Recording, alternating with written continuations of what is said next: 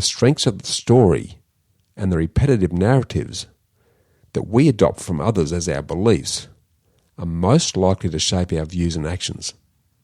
And according to psychologists, repetition makes an opinion seem more true, regardless of whether it is or not. And understanding this effect can help you avoid falling for the current flood of propaganda.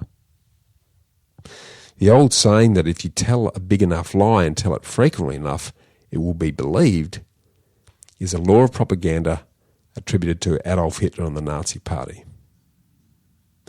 This is also known as the illusion of truth effect. In our current global viral social media reliant world has turned this illusion into an art form. And the emergence of fake news is an absolute case in point. So the obvious rollout from this into the investment sphere is to create the investment age of illusion, where the strength and superficial believability of the story and its repetition and popularity influences and guides our investment beliefs and our actions as we blindly follow the stampeding meanderings of the collective digital herd. So, if we accept that what we do individually and collectively is all about the underlying narrative and the stories we adopt, then my guiding story is one of always finding opportunity and change. I love times like this when there's lots of dynamic change and radical uncertainty and volatility, as this is where the greatest opportunities generally arise. If you're comfortable in your skin and confident about the future, and that you'll always be able to prosper regardless of changing circumstances by being a creative catalyst that identifies opportunities, then now is a fantastic time to be an investor. So drawing all of this together, there's no doubt that in most parts of the developed world, we're currently moving into an emerging investment bubble phase. But the big question that no one can answer is how long will it last? And, as importantly, what do you do as an investor in the meantime? Are we at the beginning, in the middle, or nearing the end of the bubble? And what happens after the bubble?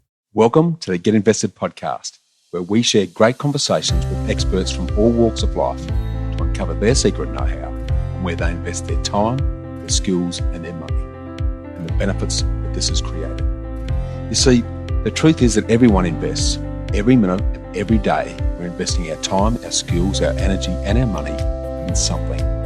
Some of us are investing consciously, some unconsciously, sometimes for good, sometimes for bad, and sometimes for no impact. Get Invested will help you to start living by design, not by default.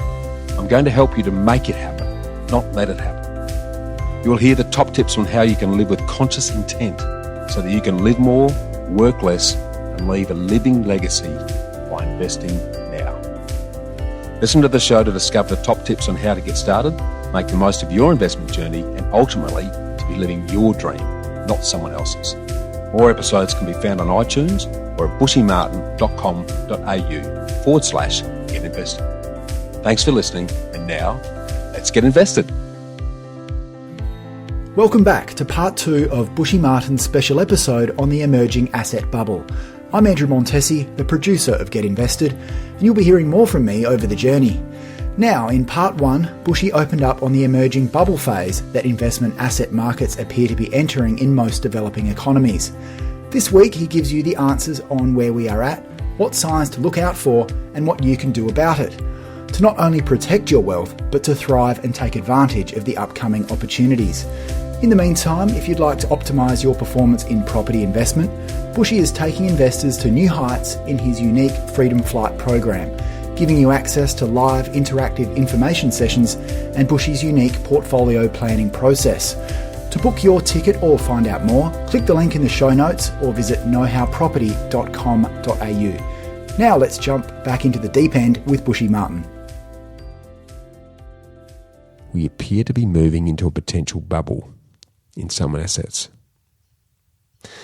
But again, to me, this doesn't fully capture the full story of where we're at, why, and what we need to do about it. I think we again need to adopt the approach of the same author, Robert J. Schuller, who more recently coined the term narrative economics, where he describes how stories go viral and drive major economic events. And he recognises that it's important to learn about economic narrative because the stories that we adopt about the world are fundamentally the underlying driving force for the economy. We all want to understand big and important economic events and what causes them, those that really matter and affect us, so that we can make good decisions moving forward. But a lot of economists will focus on the rational and micro, and they'll talk about the Central Reserve Bank making a mistake or the government did something wrong with the tax system. And while all of this is a contributor to big events, ultimately, Schiller suggests that it's the contagion of the circulating stories that influence and drive our actions. Now, the stories don't have to be truthful or good or inherently interesting. All they have to do is go viral. There has to be some contagion right at a moment in time that brings them to the front of our psyche. As a case in point, since I started today's episode with a description of the boom times in the Roaring Twenties leading up to the Great Depression in the 1930s, let's have a look at Schiller's analysis of some of the underlying stories that influenced the economics of the time. During the late 1920s and early 30s, the US President then, Roosevelt, was famous for saying that the only thing we have to fear is fear itself.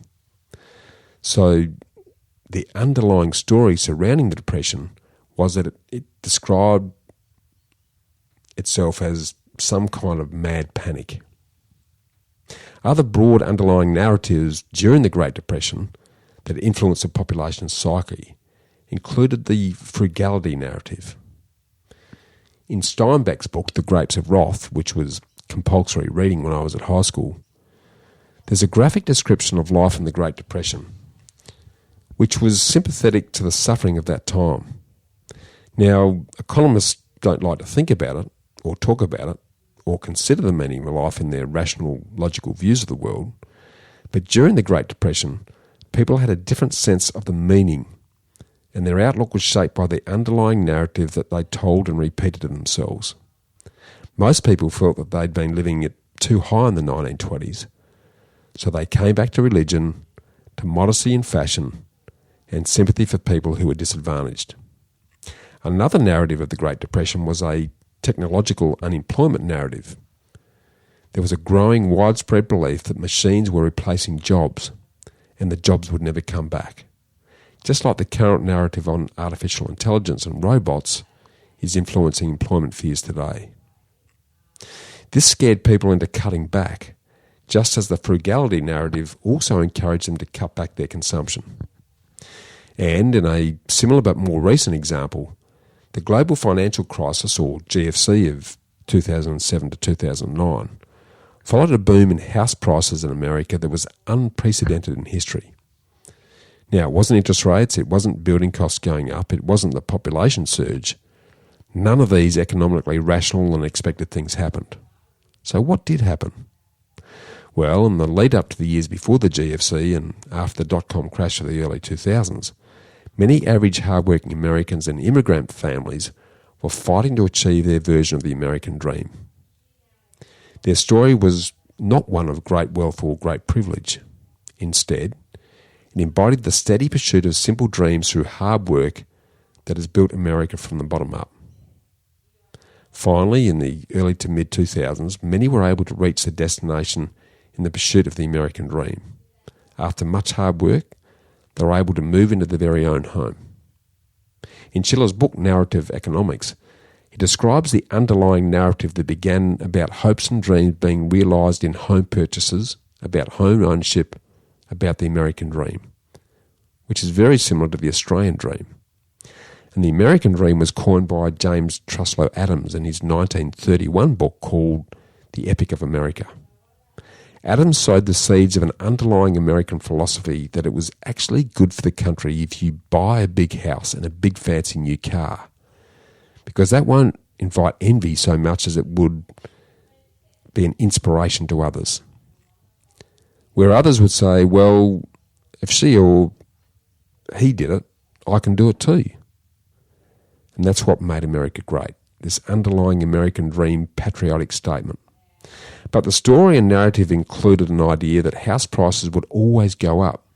So many bought multiple houses on this very dodgy, don't pay, just walk away 100% loans. And it all collapsed when the narrative changed, when the media started talking about a housing bubble and started talking about the foolishness of the investors in it.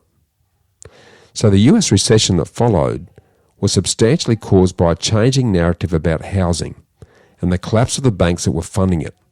Thankfully, the housing and lending system in Australia is much more robust, so we didn't suffer the way the US did.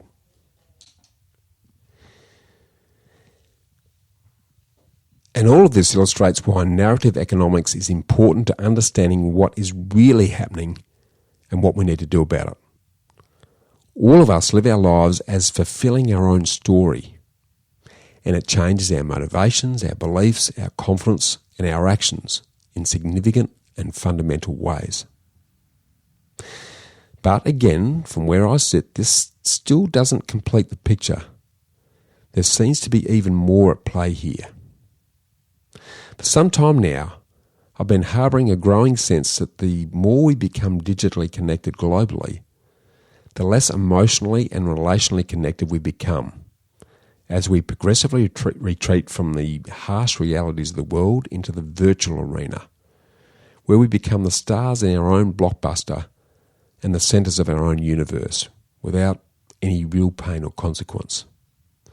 This gradual blurring of the lines between the physical and the imaginary world is increasingly being exacerbated by the gamification of everything and the increasing reliance on credit cards, tap as you go, or digital currency in preference to physical cash and hard currency, which means that money is losing any real meaning. A recent classic example of this is the introduction of a professionally managed, diversified digital real estate non-fungible token, or NFT investment fund. Sorry, I've got to laugh. What the hell is that, I hear you ask? Well, let's start with what an NFT is. And no, it's not a swear word. A non-fungible token is a digital file whose unique identity and ownership are verified on a blockchain. NFTs are not mutually interchangeable, and NFTs are commonly created by uploading files, such as a digital artwork, to an auction market. Now, alongside this, the popularity and adoption of decentralized virtual worlds has led to the evolution of an entirely new asset class, digital real estate investment. Go figure. People are spending increasingly more time in virtual worlds or metaverses for both leisure and work. At the intersection of emerging technology like virtual reality and blockchain, developers, investors, and hobbyists alike are creating a vibrant digital real estate market. So the newly created Republic Realm Fund invests in digital real estate in virtual worlds. This is promoted as a diversified digital real estate fund, investing in virtual worlds through NFTs. The fund is going to focus on the acquisition, management, development, and sale of virtual land across all existing metaverses, including Decentraland, the first and most established multiplayer role-playing metaverse built on the Ethereum blockchain that is already boasting over 20,000 active players in just 6 months. Now, to a baby boomer like me that's been born and bred on the concept of investing in tangible bricks and mortar that I can physically touch and feel, this concept is really hard to get my head around. But it's the ultimate expression of just how far we've come in divorcing fantasy land from reality, and literally how much we're buying into it. Now, let's not forget that this is a totally fictitious, imaginary world that only exists on a computer screen or within our virtual reality headsets. Just flick the power switch and it's gone. But if people are happy to invest hard-earned coin in a totally imaginary world, then we really are entering the investment age of illusion, a time when perception and persuasion trumps performance. And the play on words here is deliberate. I'll be honest when I say that this is a somewhat scary place to be in, as investment disconnects totally from the tangible into the totally intangible and imaginary, where the concept of value is totally dependent on confidence and perception.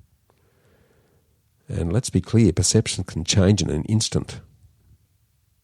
In addition, this virtual digital separation from reality, in parallel with the media's continual portrayal of an increasingly corrupt and ugly world, alongside the habit of physical isolation that's been dictated by the global pandemic, means that the more separated we become, the less trusting and more fearful we become. And rightly so, because the gap and the disconnect between the facts and the seductive fiction appears to be getting bigger every day. So let me ask you a question.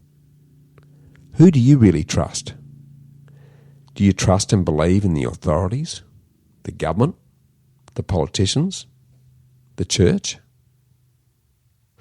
What's your level of trust in mainstream banks, insurance companies, right down to people in car sales or real estate sales? Chances are your level of trust of all of these is very low. Now, I'm of the opinion that we're operating in a global trust vortex, where mass media assassinations promoting guilty until proven innocent assertions and opinions have destroyed our trust and belief in anyone beyond our friends and family and those we feel aligned with.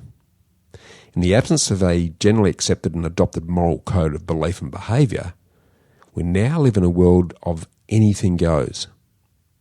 A world where there's a growing chasm between the real facts and the creative fiction. A time when our iPhone and social media obsession has dulled our relationship senses and our moral truth compass. The more digitally connected we become, the less connected and less trusting of others we become. In this constantly connected yet disconnected and segregated environment, we're reinforcing social media algorithms' prejudice and influence of our opinions and beliefs into segregated silos. And we are naturally attracted to global tribes of people who seem just like us. And in this artificial world of social media likes, our beliefs and opinions are swayed by those that present the most compelling arguments and opinions, regardless of whether they're related to the true facts of the matter. It's all about the portrayal of confidence and popularity. And Donald Trump is the living epitome of this, where self-obsessed narcissism that demonstrates an open disregard for anything or anyone that doesn't serve your purposes has been portrayed as something to aspire to. Trump's rule by repetitious tweet approach also role models his ability to twist and or change any story or narrative to suit his purposes. If you're never ever wrong, regardless of the situation or circumstance, then a dangerous and increasingly popular precedent has been set that is constantly in denial of reality. In other words, the strengths of the story and the repetitive narratives that we adopt from others as our beliefs are most likely to shape our views and actions. And according to psychologists, repetition makes an opinion seem more true, regardless of whether it is or not. And understanding this effect can help you avoid falling for the current flood of propaganda. The old saying that if you tell a big enough lie and tell it frequently enough, it will be believed, is a law of propaganda attributed to Adolf Hitler and the Nazi Party. This is also known as the illusion of truth effect. In our current global viral social media reliant world has turned this illusion into an art form. And the emergence of fake news is an absolute case in point. So the obvious rollout from this into the investment sphere is to create the investment age of illusion, where the strength and superficial believability of the story and its repetition and popularity influences and guides our investment beliefs and our actions as we blindly follow the stampeding meanderings of the collective digital herd. So, if we accept that what we do individually and collectively is all about the underlying narrative and the stories we adopt, then my guiding story is one of always finding opportunity and change. I love times like this when there's lots of dynamic change and radical uncertainty and volatility, as this is where the greatest opportunities generally arise. If you're comfortable in your skin and confident about the future, and that you'll always be able to prosper regardless of changing circumstances by being a creative catalyst that identifies opportunities, then now is a fantastic time to be an investor. So drawing all of this together, there's no doubt that in most parts of the developed world, we're currently moving into an emerging investment bubble phase. But the big question that no one can answer is how long will it last? And, as importantly, what do you do as an investor in the meantime? Are we at the beginning, in the middle, or nearing the end of the bubble? And what happens after the bubble? The truth is that no one knows. And what does it really matter? Well, to get a better feel for this, we need to take a step back and take a look at the overall picture and place a bubble in the context of historic short-term and long-term cycles. As we step back from our immediate microscope view and step back to strap on our past and future telescope, we need to look beyond the bubble symptoms to the true cause and to understand where we sit. Because the real cause of ascending and descending asset values is driven by access to credit and the confidence or lack of it that it engenders. It's all about credit and confidence. And this is best captured in Ray Dalio's book, The Principles of Big Debt Cycles. Ray has gone back over 500 years of global economic history to uncover a regular repeating debt cycle that creates a continuously penduluming wave sequence over time. And this cycle is always driven by the relative access to borrowings. In simple terms, when access to credit and borrowings is easy and cheap, confidence increases and the value of assets go up in value. But when borrowings are hard to get and expensive, confidence falls and assets drop in value. And Dalio has captured and dissected this continuously repeating debt cycle or upwardly tending wave into 7 distinct stages, and they comprise the following. Firstly, the flat and short early part of the cycle, or Goldilocks period, which generally averages about 12 months. Secondly, this moves into a long, exponentially upward curving bubble stage, which averages about 3 years. And then thirdly, the shorter-lived crowning top of around about a year in duration. And then fourthly, the long downward falling correction stage, or depression, that averages about 3 years. Fifthly, the equally long, beautiful deleveraging stage of around somewhere between 3 to 4 years. And finally, the 6th short pushing on a string and 7th normalization stage that averages around about 6 months combined, before then returning to the start of the cycle again. And while no debt cycle is exactly the same in size and duration, the average short-term cycle lasts between 8 to 12 years, that then combine to create a longer-term debt crisis that generally spans between 80 to 100 years. Now, the last 2 long-term big debt crises occurred in the Great Depression of the 1930s and the 2008 global financial crisis. So let's look at Dalio's description of the bubble, the top, and the correction phases, given that investment asset classes and markets appear to be emerging into this bubble phase. So according to Dalio, bubbles usually start as over-extrapolations of justified bull markets. The bull markets are initially justified because lower interest rates make investment assets such as stocks and real estate more attractive, so they go up and economic conditions improve, which leads to economic growth and corporate profits, improved balance sheets, and the ability to take on more debt, all of which makes the companies worth more. As assets go up in value, net worths and spending incomes levels rise. Investors, business people, financial intermediaries and policymakers increase their confidence in ongoing prosperity, which supports the leveraging up process. The boom also encourages new buyers who don't want to miss out on the action to enter the market, fueling the emergence of a bubble. During such times, most people think the assets are a fabulous treasure to own and consider anyone who doesn't own them to be missing out. As a result of this dynamic, all sorts of entities build up long-term positions.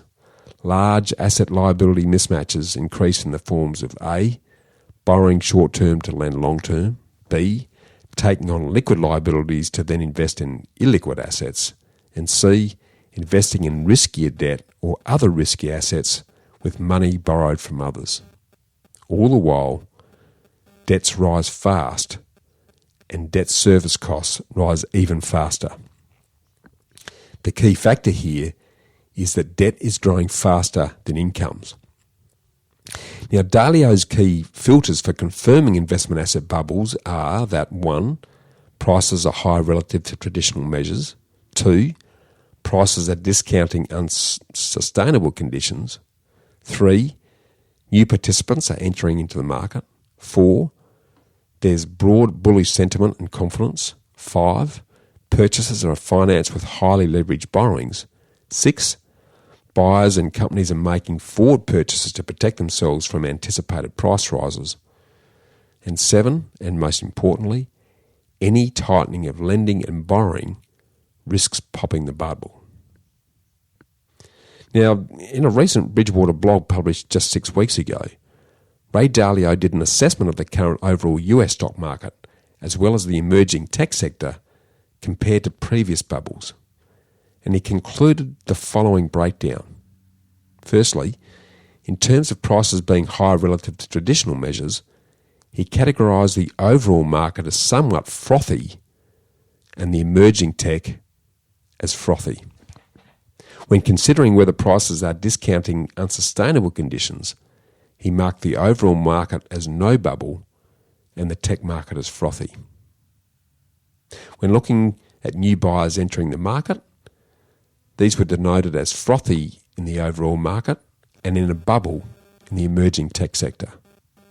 Broad bullish sentiment was seen as frothy in the total market and in a bubble in the emerging tech. Purchases being financed with high leverage were classed as somewhat frothy in the overall market and in a bubble in the emerging tech. And on the measure of buyers making extended purchases, the overall market was graded as no bubble and the emerging tech was scored as somewhat frothy.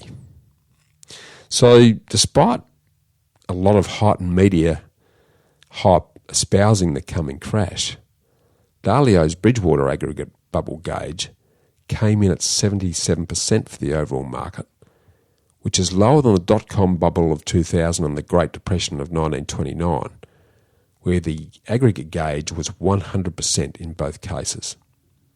Now, this may suggest that the overall US stock market may be at the early beginning stage of the bubble phase, while some sectors, like the emerging tech sector, appear to be in a bubble. His measure of the top 1,000 companies on the US stock exchange indicates that about 5% are in a bubble, which is about half of what was experienced during the peak of the tech bubble. Now, while it's impossible to accurately determine when the bubble has reached the next top phase, there are some telltale signs. As Dalio describes, when things are so good that they can't get better, yet everyone believes that they will get better, tops of markets are being made. In the early stages of a bubble bursting, when stock prices fall and earnings have not yet declined, people mistakenly judge the decline to be a buying opportunity and find stocks cheap in relation to both past earnings and expected earnings, failing to account for the amount of decline in earnings that is likely to result from what's to come. The fastest rate of tightening typically comes about 5 months prior to the top of the stock market. The more leverage that exists, which means the more borrowed money that exists, and the higher the prices, the less tightening it takes to prick the bubble and the bigger the bust that follows. Now, Dalio also details how governments and central banks combine to well manage each stage of the debt cycle. So any change in the following interventions are clear signals to investors on what they should be doing. So during the bubble phase, central reserve banks don't just focus on inflation and growth by keeping credit cheap for too long, but they consider growth in debt and its effects on asset markets in their policies.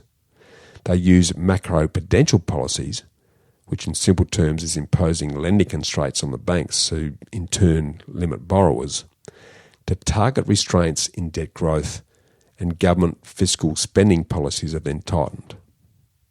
Now, none of this has yet occurred, so any movements in this direction will be clear signs that we're approaching the next top stage of the debt cycle. So keep a keen eye out for any of this. Now, when the debt cycle hits the top, central banks start constricting the bubble either with the control of broad monetary policy, e.g. interest rate movements, or with well-chosen macroprudential policies.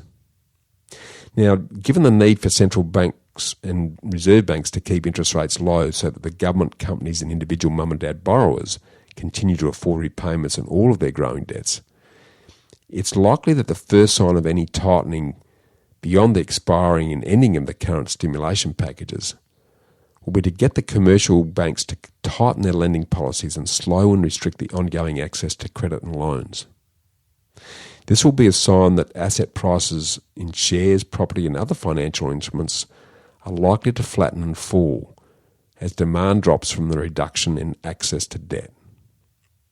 As the top then transitions into what I prefer to call the correction stage, as opposed to what Dalio calls the depression stage, as the term depression can conjure up overly dramatic reactions, well-managed central banks like the ones we enjoy here in Australia and America continue to provide ample liquidity, keep interest rates at or near zero, and then pursue aggressive monetizations. This refers to the process of turning non-revenue generating items into cash, essentially liquidating assets. In this way, debt monetization is the practice of a government borrowing money from the central bank, which, in the process of buying the debt, creates new money. It's one of the practices often informally called printing money, strangely enough. Now, this practice allows the government to finance its deficit without creating money directly, and also without increasing debt to private parties. The only challenge here is that governments have already heavily monetised their debt to fund the massive COVID-19 stimulation measures, although if debt repayments are then spread out over a long enough time frame, then the impact can be minimalised. So during this correction phase, they also pursue aggressive targeted macroprudential policies alongside sustained monetary expenditure stimulus programs to ease the turn. So hopefully this gives you a much clearer picture of where we're at in the overall debt cycle and what to look out for in terms of changes in government or central reserve bank interventions.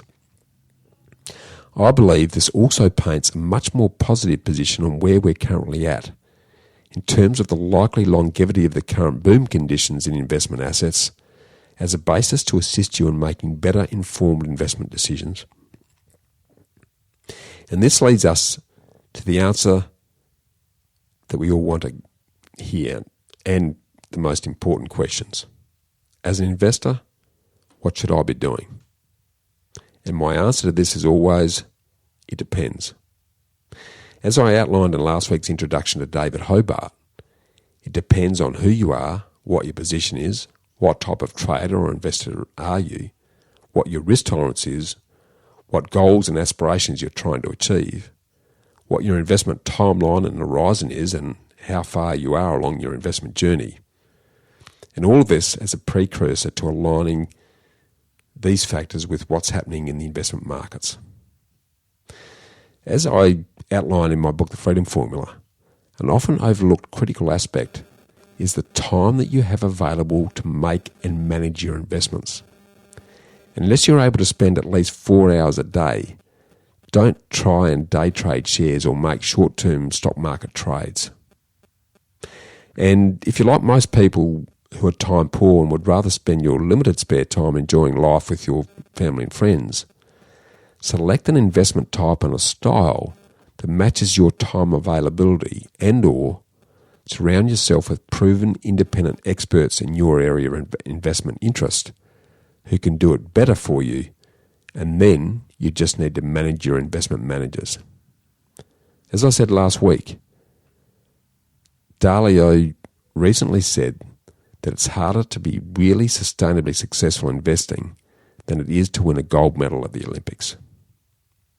And to achieve this, you need to have a clearly defined portfolio approach and an investment and trading system matched to your style that defines what percentage of your funds you'll invest in what are the rules for buying an investment when, as well as knowing when and under what conditions you'll sell it.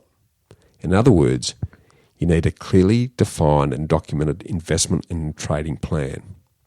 And the best people to help you develop an investment plan that works for you, particularly in equities and financial instruments, are past Get Invested guests, including Chris Tate from The Trading Game, Jason McIntosh, if you're into medium to long-term share investors, or David Hobart, if you're looking to actively manage your investments and are looking for personalised coaching. If property is more your thing, and you'd like to optimise your performance in property investment, we're taking investors to new heights in our unique Freedom Flight program that gives you access to our Freedom Flight live interactive information sessions and unique portfolio planning process. To book your ticket or to find out more, just go to www.knowhowproperty.com.au/Freedom Fighters. And if you don't have a documented plan or don't intend to develop one, then you shouldn't class yourself as an investor or a trader at all. You're more of a gambler and a speculator that relies on hot tips and pure luck. You have less chance of being successful than you do of picking the winner in the Melbourne Cup or rolling the dice on the roulette table at the casino. So, for the purpose of this discussion, I'm going to assume that you're a career or business-focused time-poor professional that is looking to passively invest in safe, affordable, long-term growth assets, because I believe that this is your best and most sustainable approach when you don't have much time to actively manage and monitor your investments. And let's define what I consider to be a good investment.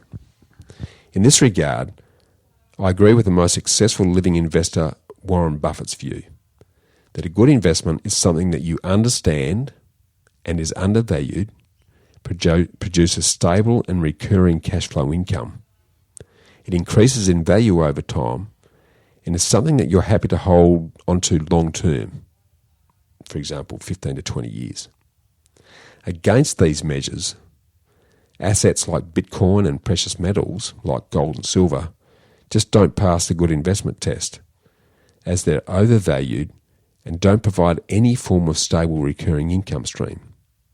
These type of investment vehicles rely purely on the greater fool principle, which is that their value is simply what a person is willing to pay for it, and you're relying on a greater fool paying more for it in the future. In this context, vehicles like cryptocurrency and precious metals have no inherent value other than perceived value, and they rely on short-term price speculation, and they're not productive in generating any income or sustainable growth. So, with this backdrop in mind, and focusing on the equities market, although the approach to property is actually very similar, let's consider what your options are in what appears to be an emerging boom bubble conditions. So here we go, what to do in an emerging boom bubble. If you're looking to invest now, then you basically have three options. You can buy into the bubble, you can short the market, or you can adopt what's referred to as the Maradona Strategy. So let's break these down by drawing again on the great work provided and borrowed from Raman Charles Nakisa that he did on stock market bubble investing. Firstly, option 1, buying the bubble. Now, famous and successful equities investor George Soros says that when he sees a bubble forming, he rushes to buy, adding fuel to the fire. And he says the only way to avoid investors blowing up these bubbles into even bigger bubbles is for regulators to step into the market to cool demand, which is in alignment with what Dalio also indicates in his debt cycle stage analysis. So Soros says it's rational to buy into a bubble, which makes sense if it's at the beginning or early in the bubble phase. Now, as an analogy, some people have likened markets to a beauty contest, where if you want to choose the winner, you don't actually want to find the person you consider to be the most beautiful. You have to find the person which other people are most likely to consider beautiful. And that means you have to understand how other people think. In this regard, it's worth considering Jim O'Shaughnessy's take, where he says that to be a good investor, you have to understand human psychology. Now, one of our cognitive biases in the way we think is that we tend to overvalue low probability but big payoffs. In other words, lottery tickets. If you buy a lottery ticket, you're very unlikely to win. I think the odds are 54 million to 1. But you still take part because of the incredible payoff that you could get if you did win. Whereas we tend to undervalue high probability events.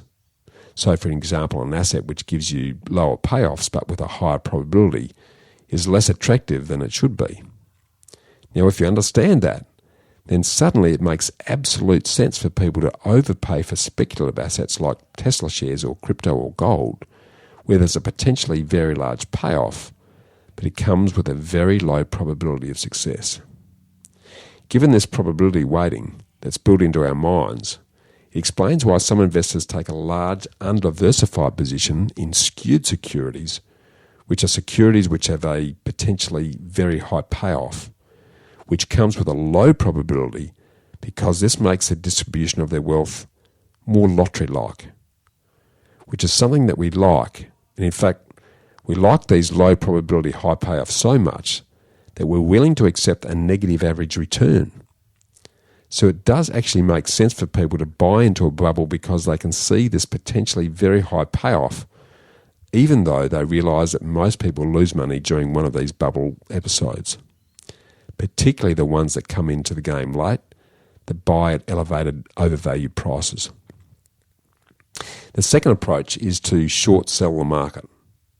In this approach, you're effectively betting that the value of a share is going to go down, and you make money on the difference in the opening entry price and the lower exit price. Now, short selling is a fairly simple concept. An investor borrows a stock, sells a stock, and then buys the stock back to return it to the lender at a lower price, and you make money on the gap. Short sellers are betting that the stock they sell will drop in its value. The difference between the sell price and the buy price is the profit you make. But I need to stress that this is a very risky investment approach, because if the price of the share goes up instead of going down, then you can incur unlimited losses that could completely take you out of the game. And we all know that the long-term trend of most share or indexes is up. This is exactly where many shorting hedge funds got caught when the Reddit Wall Street Bets investors bid up the price of GameStop, and the hedge funds lost massive amounts of money. In fact, some had to be bailed out. That's why passive investing without trading too much and just buying equity or indices does so well as markets drift upwards. And if you're short the markets most of the time, you're going to lose out. So if you can't time the market correctly, and let's face it, we have to be honest with ourselves because most of us can't time the market, or if you can't detect a bubble reliably, then you're probably going to lose out by going short in the market now. And in my humble opinion, unless you're a sophisticated investor with a highly and finely honed trading system, or you get a sophisticated investor to do the work for you, the first two strategies of buying into a bubble or going short on an individual share are akin to giving a stick of dynamite and a box of matches to a toddler. As a conservative long-term investor, I just wouldn't do it after I spent a couple of years day trading many years ago. In addition, there's no question that short-term trading and price movements are heavily manipulated by the big traders who have intimate, intuitive experience. They have the top hyper-speed trading technology. They have very deep pockets and direct access to the media so that they can create price-moving stories. So they'll eat small-time and inexperienced traders for breakfast and suck up your hard-earned money like a vacuum cleaner. Now, the third approach is what has been called the Maradona Strategy. This is my favourite approach. Now, I don't know a lot about soccer, although I know it's similar to field hockey, and it's referred to as football in other parts of the world. But famous Argentinian player Diego Maradona reportedly kicked the greatest goal ever.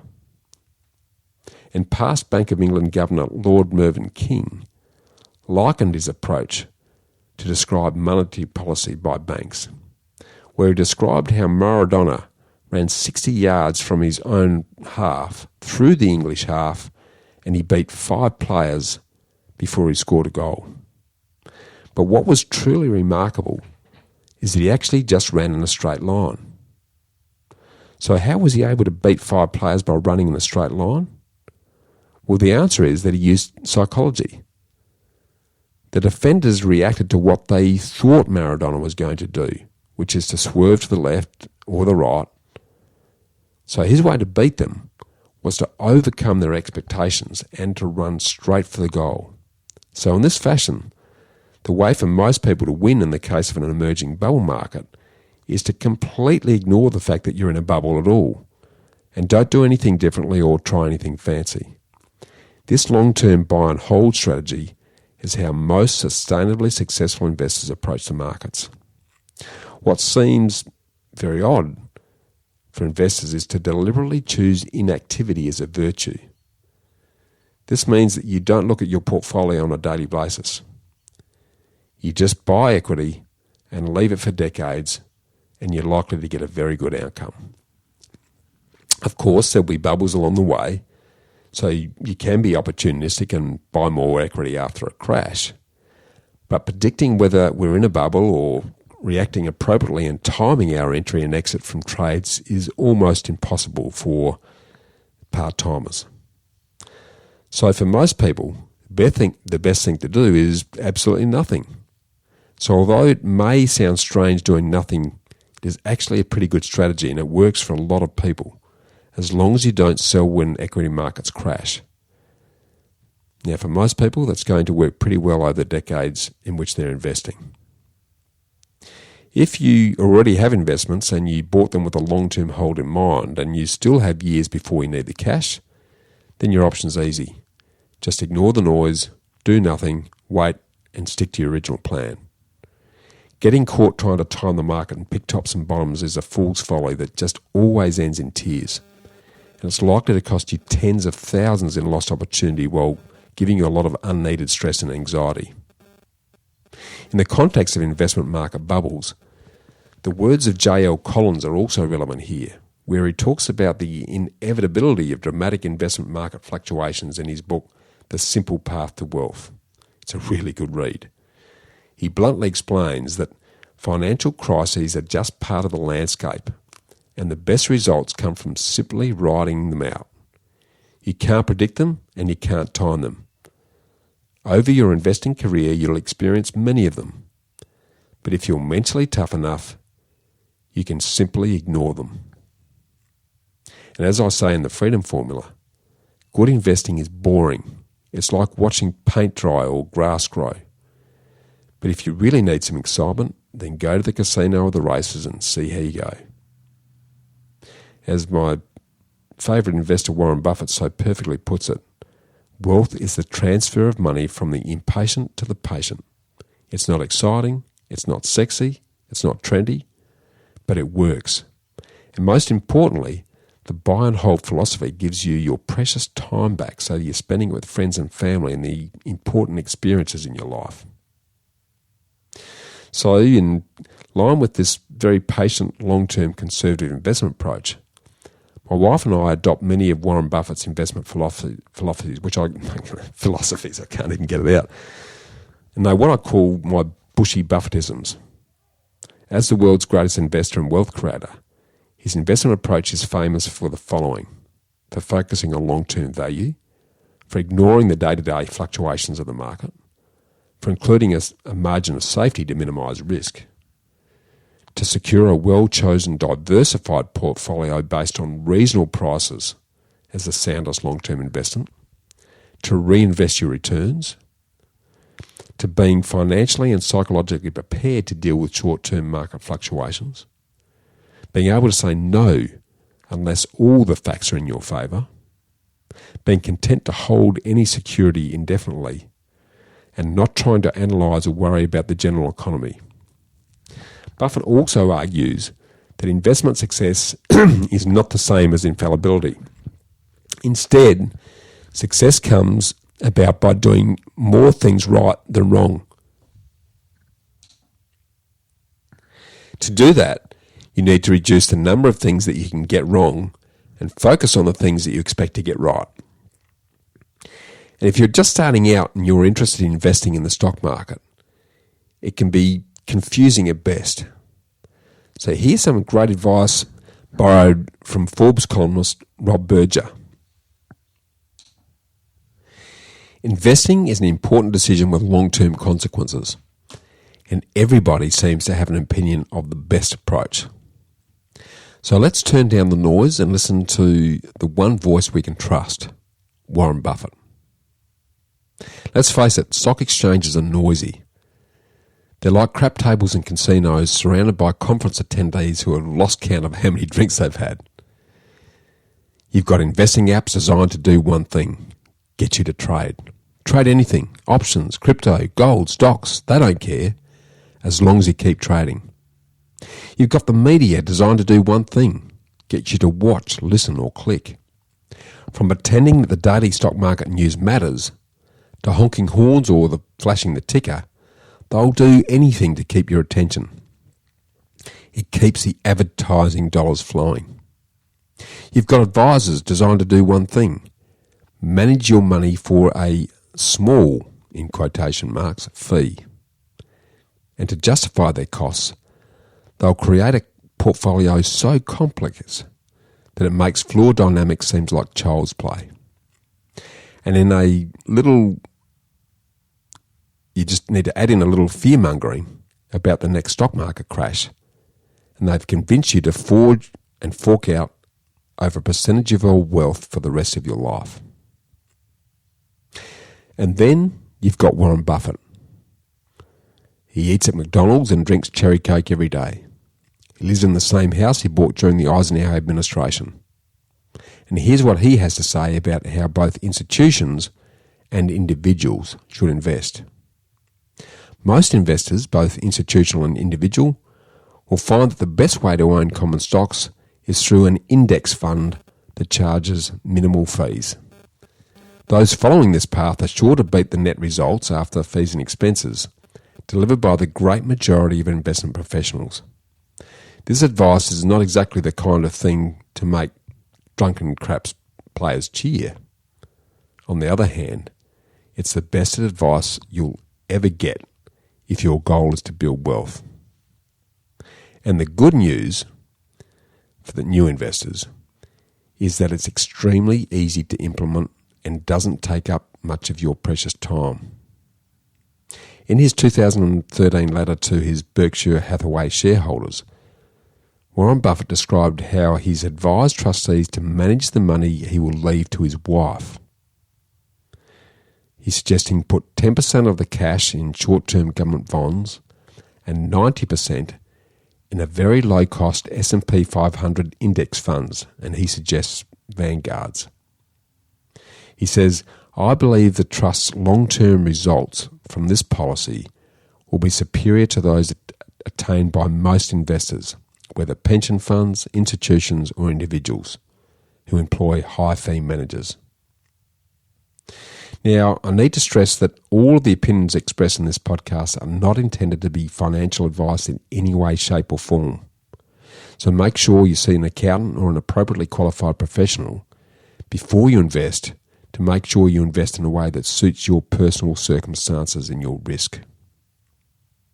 And now let me conclude from an extract from my book, The Freedom Formula. A review of all the great investors from Warren Buffett through to Robert Kiyosaki shows that adopting a long-term buy and hold strategy, fused by patience and persistence, produces the best sustainable outcomes. If you're going to succeed in investing, you'll need to include these qualities in your regular wealth care fitness routine. Patience is more important than smarts.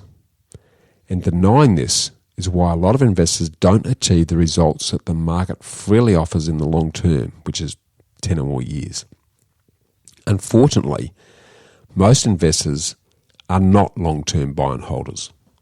They expect quick results and are constantly seeking the thrill of something more or the false promise of the next shiny new thing. Either they're convinced of their ability to time the market, which usually leads to dismal outcomes, or they're emotional pendulums, buying at the top of the market and selling out at the bottom, which leads to disastrous results. Volatility in the property market, as well as share markets and other markets, is normal. And according to Morgan Housel, writing on the Motley Fool website, the only real difference between buy and holders and the average investor is this. Buy and holders view volatility like the flu. Yeah, it's not fun. It can hurt. But you're probably going to get it about once a year. And when you do, it's not the end of the world. Drink some water. Take a nap. Wait it out. Life will go on. And you'll be healthy before long. But average investors view volatility like stage 4 cancer. Something that shouldn't occur, should be utterly feared, and attacked mercilessly with the most extreme treatments. Now, long-term buy and holders are sometimes heckled for being too simplistic or not astute, or ideologically worshipping a theory that for some reason some think has been discredited or is now out of date. For Housel, however, the scores are in. No true buy and holder has ever lost money. The vast majority of short-term traders and market timers have. If you've taken the time to visualise your end game and outline your investment goals and a roadmap strategy to help you get there, this clear focus will act as a magnet and a compass to keep you on the track and continuously tacking towards your destination. Even while the constant fluctuating winds of change and rough seas tempt you to change your course or to jump ship. Patience and persistence are much easier when you have clear direction and already expect that the market will experience fluctuations along the way. Financial security is all about taking the road less travelled and having the discipline to delay gratification for the greater long-term good, as coined by psychologist M. Scott Peck. It's a matter of making sure that the long-term end prize is worth the short-term sacrifice. So get crystal clear on why you're investing and exactly what the results and your life will look like by investing in yourself. Thanks, Freedom Fighters. Have a great week. And remember to get invested and to dream like you're going to live forever and live every day like it's your last. To get a summary of all this investment gold in the show notes, just email me on hello@khgroup.com.au. It's HELLO@khgroup.com.au. Or check us out at www.bushymartin.com.au/get-invested. I look forward to joining you next week for another episode of the Get Invested podcast. So thanks for listening, and as always, dream as if you live forever and live as if you'll die.